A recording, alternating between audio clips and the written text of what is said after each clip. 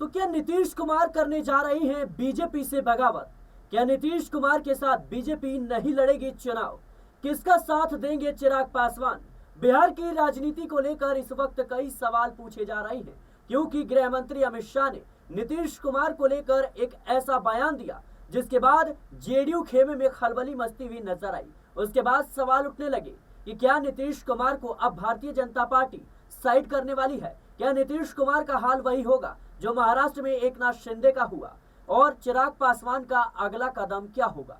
बता दें कि जिस तरीके से गृह मंत्री अमित शाह से जब सवाल पूछा गया कि क्या 2025 का बिहार विधानसभा चुनाव नीतीश कुमार के नेतृत्व में लड़ा जाएगा, तो जो गृह मंत्री अमित शाह है उन्होंने खुले तौर पर कहा कि ये मेरा काम नहीं है, ये मेरा फैसला नहीं है, ये पार्टी का फैसला होगा। पार्टी के लोग, पार्टी के शीर्ष नेता तय करेंगे, मिलकर बैठकर तय करेंगे कि आखिर किसके नेतृत्व में चुनाव लड़ा जाएगा और किसको मुख्यमंत्री बनाया जाएगा। इधर जेडीयू के कार्यकारी अध्यक्ष संजय झा ने बड़ा बयान दिया है। संजय झा ने कहा कि 2025 का बिहार विधानसभा चुनाव नीतीश कुमार के नेतृत्व में लड़ा जाएगा। तो क्या अमित शाह और संजय झा के बयान पर अगर नजर डाले तो क्या जेडीयू और बीजेपी में सब कुछ ठीक नहीं चल रहा है? आखिर क्यों एकाएक नीतीश कुमार तमाम कार्यक्रम रद्द कर रहे हैं, तमाम बैठकों को रद्द कर रही हैं? ये भी सवालों के घेरे में है। 2025 में बिहार में विधानसभा के चुनाव होने वाले हैं और इसको लेकर लगातार अब जेडीयू और बीजेपी के रिश्तों पर सवाल उठ रहे हैं। क्या नीतीश कुमार और जो भारतीय जनता पार्टी के शीर्ष नेता हैं उनके बीच सब कुछ ठीक नहीं चल रहा? क्या मायने हैं इन बयानों के? क्या होगा चिराग पासवान का अगला कदम? इन्हीं तमाम मुद्दों पर बातचीत करेंगे। मेरे साथ नाजमीन मौजूद हैं। नाजमीन, सबसे पहले आपका प्रोग्राम में बहुत बहुत स्वागत है। और जिस तरीके से आप बिहार की राजनीति को अच्छे ढंग से समझती हैं, जाहिर सी बात है आपसे जानने का हम प्रयास कर रहे हैं। पहला सवाल मेरा यही रहेगा, संजय झा और गृह मंत्री अमित शाह का बयान, दोनों अलग अलग बयान। जहां अमित शाह कह रहे हैं कि मिलकर बैठकर फैसला किया जाएगा, तो वहीं संजय झा कह रहे हैं कि भाई 2025 का विधानसभा चुनाव एनडीए नीतीश कुमार के नेतृत्व में लड़ेगा। इन बयानों के जरिए क्या संकेत मिलते हैं? क्या दोनों पार्टियों के बीच संतुलन नहीं है? और अगर ऐसा है तो क्या नीतीश कुमार पलटी मारने की तैयारी कर रहे हैं? देखिए, बिल्कुल सिराज, इन दोनों बयानों में आपसी तालमेल नजर नहीं आता है। इन बयानों के जरिए ये कहा जा रहा है कि जेडीयू पार्टी कहीं ना कहीं दबाव बना रही है एनडीए पर, दबाव बना रही है भारतीय जनता पार्टी पर कि नीतीश कुमार को ही सीएम चेहरा बनाए, नीतीश कुमार को 10वीं बार मुख्यमंत्री बनाने के लिए उन्हें आगे करे। लेकिन बीजेपी हर कदम फूक फूक कर रख रही है। महाराष्ट्र में ये कदम रखा गया, मध्य प्रदेश में ये कदम रखा गया, राजस्थान हो, हरियाणा हो, या फिर झारखंड हो, या फिर जम्मू कश्मीर हो, हर राज्यों में हमने देखा कि विधानसभा चुनाव हुआ तो भारतीय जनता पार्टी के तहत फैसले राज्यों के अनुसार पार्टी कितनी मजबूत है या फिर कितने सहयोगी दलों के सहारे की जरूरत है, इस आधार पर वो तय करती हुई नजर आई। बिहार में सीएम चेहरे का ऐलान पहले ही कर दिया जाता है क्योंकि उन्हें मालूम है कि चुनाव जीतने के लिए सहयोगी दलों की जरूरत उन्हें नहीं है, अकेले अपने दम पर वो चुनाव जीत सकते हैं। महाराष्ट्र में उन्हें लगा कि अगर सीएम चेहरा पहले ही हम तय कर देंगे तो महाराष्ट्र में सहयोगी दलों के साथ जो सत्ता में बीजेपी थी वो सत्ता में आना तो छोड़िए, ये गठबंधन भी नहीं यहाँ टिकेगा। सीधे तौर पर अगर हम बात करें अन्य राज्यों की तो मध्य प्रदेश में भी सीएम चेहरे का ऐलान नहीं किया जाता है, इसलिए क्योंकि सीएम चेहरे के रूप में कई चेहरे नजर आ रहे थे और बीजेपी को ये मालूम था कि बड़ी फूट पड़ सकती है, चुनाव परिणाम का जो असर होगा वो कुछ और निकल कर सामने आएगा। तो देखिए, हम बिहार की बात करें तो बिहार में भी हम यही देख रहे हैं कि जेडीयू पार्टी को तो पूरी तरह से चाहिए कि नीतीश कुमार सीएम चेहरा हो, लेकिन बीजेपी कोई तकरार नहीं चाहती है क्योंकि एनडीए गठबंधन में कई चेहरे हैं जो सीएम बनने के लिए तैयार नजर आते हैं और वहीं बीजेपी है जो अपना सीएम चेहरा लेकर आना चाहती है, क्योंकि महाराष्ट्र की तरह बिहार में भी बीजेपी का अब तक कोई सीएम चेहरा लंबे समय से नहीं देखा गया है और यही वजह है कि नीतीश कुमार को सहारा बनाया गया। लेकिन इसी सहारे को कहीं ना कहीं बेदखल करने के लिए बीजेपी चाहती है कि चुनाव परिणाम के बाद सीएम चेहरा तय हो, इसलिए अमित शाह का बयान सामने आ जाता है कि उन पर सारे इल्जाम न लगाए जाएं। अच्छा नाजमीन, एक अहम सवाल कि चिराग पासवान किसके साथ होंगे? क्योंकि चिराग पासवान कई ऐसे मुद्दों पर भारतीय जनता पार्टी को घेर चुके हैं, खासतौर पर लेटरल एंट्री का मुद्दा था, आरक्षण का मुद्दा था, या फिर और भी तमाम मुद्दे थे जिसको लेकर नीतीश कुमार और चिराग पासवान एक साथ नजर आए और उन्होंने भारतीय जनता पार्टी की खिलाफत करी। वक्फ बोर्ड का मामला हो, ये तमाम ऐसे मामले हैं जहां पर चिराग पासवान की जो फैसले थे, जो उनकी बातें थी, उसको लेकर लगातार सवाल उठाए जा रहे थे। क्या लगता है आपको कि चिराग पासवान भी कहीं ना कहीं पर्दे के पीछे नीतीश कुमार के साथ बड़ा खेल कर सकते, क्योंकि नीतीश कुमार की सरकार ने हाल ही में चिराग पासवान को उनका जो आवास था, जो कार्यालय था, वो दोबारा दिलवाया पशुपति पारस से। क्या लगता है आपको? देखिए, चिराग पासवान की रणनीति साफ है कि अगर मुझे बिहार में सत्ता में आना है या मुझे बिहार का मुख्यमंत्री बनना है तो पहले अपनी पार्टी को मजबूत करना पड़ेगा। वो पार्टी जो पहले एक पार्टी थी, लेकिन पशुपति पारस की बगावत के बाद वही पार्टी दो धड़ों में बट जाती है। तो चिराग पासवान के लिए बिहार में मजबूती पाना जरूरी है, इसलिए चिराग पासवान ने ऐलान पहले से ही कर दिया है। देखिए, ये बीजेपी के खिलाफ और ये नीतीश कुमार की जेडीयू के खिलाफ ऐलान हो सकता है कि मैं बिहार की राजनीति में रहना चाहता हूँ, मुझे केंद्र की राजनीति में कोई भी दिलचस्पी नहीं है, मैं बिहार का सीएम बनना चाहता हूं और मैं बिहार में ही सीमित रहना चाहता हूं। ये चिराग पासवान के ये बयान एक इंटरव्यू के दौरान जो दिए गए हैं, ये साफ तौर पर दर्शाता है कि चिराग पासवान सिर्फ और सिर्फ इंतजार कर रहे हैं। ये इंतजार है पहले अपनी पार्टी को बिहार में उतना मजबूत कर लेना कि कोई अन्य दल भी अगर उन्हें तोड़ने की कोशिश करे या अन्य दल उन पर हावी होए तो अकेले लड़ते हुए वो यहाँ पर नजर आए, बिहार में अकेले उनकी पार्टी चुनाव लड़ सके। वहीं अगर हम बात करें तो साफ तौर पर ये नजर आता है कि ये आंकड़ा चिराग पासवान के जरिए तय किया गया जब लोकसभा की 5 सीटें दी गई और पांचों की पांचों सीटें चिराग पासवान ने जीत ली। एक मजबूती नजर आई और बिहार के विधानसभा चुनाव से पहले झारखंड के चुनाव में भी एलजेपी आर मैदान में उतरती हुई दिखाई दी। तो ये देखिए कि चिराग पासवान हर लिहाज से मजबूत होना चाहते हैं और इसलिए नीतीश कुमार का साथ वो कई मायनों में मजबूरी में देते हैं। जब पासवान समाज का विरोध प्रदर्शन हुआ, चिराग पासवान ने कहा कि नीतीश कुमार सब कुछ ठीक कर देंगे, हम बातचीत कर रहे हैं। अच्छा नाज़रीन, जिस तरीके से महाराष्ट्र में अभी हमने देखा कि चुनाव परिणाम सामने आते हैं, भारतीय जनता पार्टी बहुमत के आंकड़े को नहीं छुपाती है, लेकिन एक मजबूत स्थिति में जरूर आती है। जाहिर सी बात है कि एकनाथ शिंदे को अगला मुख्यमंत्री बनाया जाना था।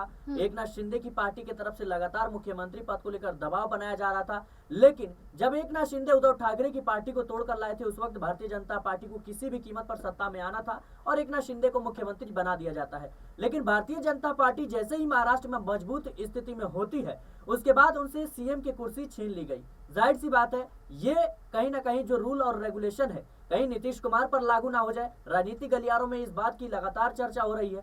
क्या लगता है आपको? क्योंकि नीतीश कुमार के पास अभी 43 विधायक हैं और कहीं ना कहीं जो भारतीय जनता पार्टी है उसके पास 78 हैं। और लेकिन अगर यही स्थिति जब चुनाव परिणाम के बाद सामने आते हैं, जेडीयू की सीटें कम होती हैं और भारतीय जनता पार्टी ज्यादा सीटें जीतती है, क्या नीतीश कुमार को दोबारा भारतीय जनता पार्टी मुख्यमंत्री बनाएगी? शाह के बयान में काफी कुछ छुपा हुआ है। शाह जो साफ तौर पर कह रहे हैं, गृह मंत्री अमित शाह, वो सीधे तौर पर कह रहे हैं कि ये पार्टी का फैसला होगा, पार्टी तय करेगा। लेकिन तय करेगा मतलब कि तय हो चुका है। कैसे देख रहे हैं आप? देखिए, बिल्कुल आपने सही कहा कि तय करना है, यानी कि तय हो चुका है। यानी कि अगर अभी भी कई सवाल जहन में है कि हम आपसी सहमति से तय करेंगे, ये मेरा फैसला नहीं है या पार्टी फैसला करेगी, यानी कि आपसी सहमति नजर नहीं आती है। उन्हें भी मालूम है कि हमने फैसला कर लिया है, इस फैसले पर हम अड़िग है। इसलिए महाराष्ट्र में हमने वो तस्वीर देखी जब एकनाथ शिंदे उद्धव ठाकरे के साथ थे, तो यहाँ पर लगभग जो 57 सीटें इस बार एकनाथ शिंदे की पार्टी ने जीती है। इससे भी कम आंकड़ा उद्धव ठाकरे के साथ हम देखते हुए नजर आए थे। लेकिन एकनाथ शिंदे महाराष्ट्र में कितने मजबूत हैं ये हमने देख लिया कि बीजेपी की अगर जरूरत ना भी होती तो एकनाथ शिंदे इतने मजबूत थे कि 50 से अधिक संख्याओं के आधार पर विधानसभा सीटें वो जीत रहे थे। लेकिन देखा जाए तो भारतीय जनता पार्टी ने जो पहला स्थान साबित किया 132 सीटों के साथ, इस आधार पर एकनाथ शिंदे को झुकना ही पड़ेगा, चाहे कितनी भी शर्तें रख लें, चाहे कितनी भी मांगे रख लें।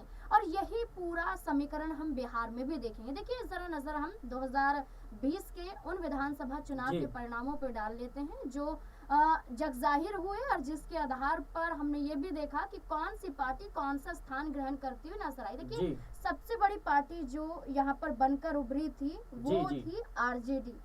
करीबन 75 सीटें विधानसभा चुनाव में आरजेडी ने जीती थी।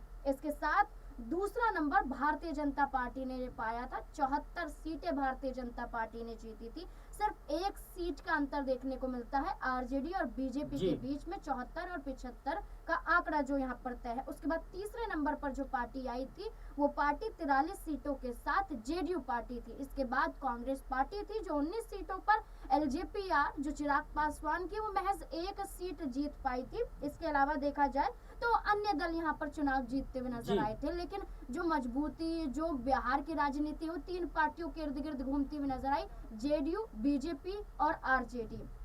आरजेडी ने बिहार में वो मुकाम पाया ज्यादा सीटों के आधार पर। अब विधायक इधर से उधर हो गए हैं, संख्या इधर से उधर हो सकती है, कई विधायक जेडीयू में तो कई जेडीयू के विधायक आरजेडी में पहुंचे हैं और बीजेपी के भी विधायक कुछ टूटे हैं, तो आंकड़ा इधर उधर हो सकता है। लेकिन 2020 का जो नतीजा था वो इन सीटों के आधार पर है। तो आप समझ सकते हैं कि बिहार की राजनीति में जेडीयू पार्टी यानी कि नीतीश कुमार अकेले अपने दम पर कुछ नहीं कर पाएंगे, उन्हें सहारे की लेकिन जरूरत फिर भी पड़ेगी। मुख्यमंत्री तो बने रहते हैं ना, उनकी सीटें भले ही कम होती हैं। आपने जिस तरीके से आंकड़े पेश किए, कहीं ना कहीं 75 सीटें जीतने में आरजेडी कामयाब होती है। उसके बाद एआईएम के 4 विधायक उनके साथ चले जाते हैं। वहीं बीजेपी को कुछ निर्दलियों का समर्थन मिल जाता है। जो मौजूदा हालात है अगर उस पर नजर डालें तो कह सकते हैं कि 79 जो विधायक है वो आरजेडी के हैं। इसके साथ ही आप देखेंगे बीजेपी के 78 हैं और नीतीश कुमार के 44-45 विधायक है। तो कहीं ना कहीं ये स्थिति अभी बिहार में है। लेकिन नीतीश कुमार जब आरजेडी के साथ रहते हैं, विधायक कम है लेकिन फिर भी मुख्यमंत्री वही रहते हैं। बीजेपी के साथ आते हैं, वही मुख्यमंत्री रहते हैं। लेकिन आरजेडी के साथ अगर जाएंगे, मुख्यमंत्री पद तो मिल जाएगा, लेकिन बीजेपी क्या लगता है आपको देगी? देखिए, सत्ता में आना जरूरी हो जाता है। सत्ता में आने के लिए चाहे किसी को मुख्यमंत्री की कुर्सी हमें कुछ सालों के लिए देनी पड़े तो वो देने के लिए तैयार हो जाते हैं। एकनाथ शिंदे को ही देख लीजिए, मुख्यमंत्री बनने के लायक उस वक्त नहीं थे, लेकिन विधायक लाए थे। वो विधायक लाए यानी कि उस वक्त उनकी मजबूती थी, इसलिए मजबूरी बीजेपी की बन गई कि चलिए हमें सत्ता में आना जरूरी है, चाहे हमें एकनाथ शिंदे को मुख्यमंत्री बनाना पड़े। बन गए एकनाथ शिंदे मुख्यमंत्री। अब देखिए एकनाथ शिंदे को उप मुख्यमंत्री पद से संतुष्ट होना पड़ रहा है। तो बिहार की राजनीति में भी आप देखेंगे कि आपने बेशक कहा कि नीतीश कुमार तीसरे नंबर की पार्टी, बेशक आपने कहा बिहार के मुख्यमंत्री बन जाते हैं, ये सिर्फ और सिर्फ दलों की मजबूरी है कि नीतीश कुमार को मुख्यमंत्री बनाना पड़ रहा है। देखिए पलटू राम नीतीश कुमार कहे जाते हैं। बिहार में बीपीएससी छात्रों का जो प्रोटेस्ट हम देख रहे हैं, बिहार में हम क्राइम लेवल को देख रहे हैं कि राजनेता ही सुरक्षित नहीं है। मुकेश सहनी के पिता की कैसे हत्या कर दी जाती है, कई कांग्रेस कार्यकर्ता, कांग्रेस नेताओं की जान चली जाती है। तो ये कानून व्यवस्था बिहार में देखने को मिल रही है। शराबबंदी को लेकर देखा जाए तो नीतीश कुमार अब फंस चुके हैं। प्रशांत किशोर भी ये कहते हैं कि अगर हमारी सरकार बनेगी तो हम शराबबंदी का अंत कर देंगे। यानी कि नीतीश कुमार ने शराबबंदी की इस आधार पर कि जो गरीब है और जो शराब के नशे में अपने परिवार को बर्बाद कर देते हैं वो और से ज्यादा बदतर नजर आ रहे हैं। जहरीली शराब पी रहे हैं, घर बर्बाद हो रहे हैं। तो ये देखिए नीतीश कुमार का सीएम पद पर रहना एक मजबूरी दलों की थी, लेकिन सीएम के तौर पर नीतीश कुमार ने अभी तक कोई ऐसा बड़ा काम तो किया नहीं है। इसलिए दल किसी का भी यहाँ पर हो सत्ता में, लेकिन मुख्यमंत्री नीतीश कुमार ही रहते हैं। इसलिए जरूरत है, अब देखना होगा कि अगर नीतीश कुमार की जरूरत नहीं पड़ी तो क्या बीजेपी अकेले सत्ता में रहेगी या आरजेडी अकेले सत्ता में रहेगी? जी बिल्कुल दर्शकों, नीतीश कुमार और चिराग पासवान को लेकर बिहार की राजनीति में इस वक्त सवाल कई खड़े हो रहे हैं, क्योंकि जिस तरीके से नीतीश कुमार का राजनीतिक सफर रहा है, कभी स्पष्ट तरीके से नहीं कहा जा सकता कि कब वो किसके साथ चले जाए, कब वो सरकार गिरा दे, कब सरकार बना दे। और जाहिर सी बात है, भारतीय जनता पार्टी की तरफ से जो ये बयान सामने आया है और जो मनोज झा का बयान सामने आया है, अपने आप में ये कहीं ना कहीं इस बात के संकेत दे रहा है कि दोनों ही दल में, भारतीय जनता पार्टी और जेडीयू के बीच सब कुछ ठीक नहीं चल रहा। और सब कुछ ठीक नहीं चल रहा, इसका मतलब नीतीश कुमार क्या पर्दे के पीछे बड़ा खेल करने की तैयारी कर रहे हैं? फिलहाल इस प्रोग्राम को लेकर आपकी क्या राय है, हमें कमेंट बॉक्स में जरूर बताएं। देश और दुनिया की तमाम खबरों के लिए बने रहना नेक्स्ट पॉलिटिकल बाइट के साथ।